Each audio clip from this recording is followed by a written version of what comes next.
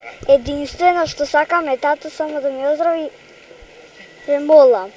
Малата Мила не бара играчки ниту подароци.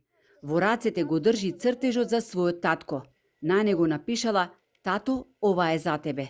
Зад овие детски зборови стојат 7 години надеж.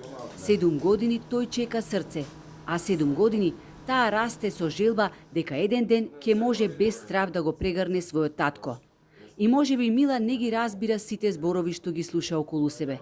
Не знае што значи трансплантација, не знае што значи механичка циркулаторна потпора, но знае дека татко е болен и знае дека сака да оздрави.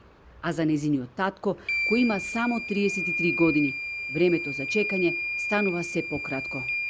Конкретно, мојот сопруг е хоспитализиран и состојбата не е воопшто добра. Се надеваме на чудо дека час поскоро ќе се најде донор на срце и за нас. Состојбата е повеќе од итна. Доаѓа до пропуштање на неговото природно срце, не на апаратите. Апаратите си работат својата функција, меѓутоа неговото срце повеќе не може да издржи. Станува збор за комплицирана ситуација во која што доаѓаат други компликации од долгото носење на ваквите помагала. Зад секој број на листата за трансплантација стои нечие име, нечие семејство. И додека лекарите велат дека се подготвени да направат трансплантација, 30 на пациенти во Македонија со години ја водат најтешката битка за ново срце.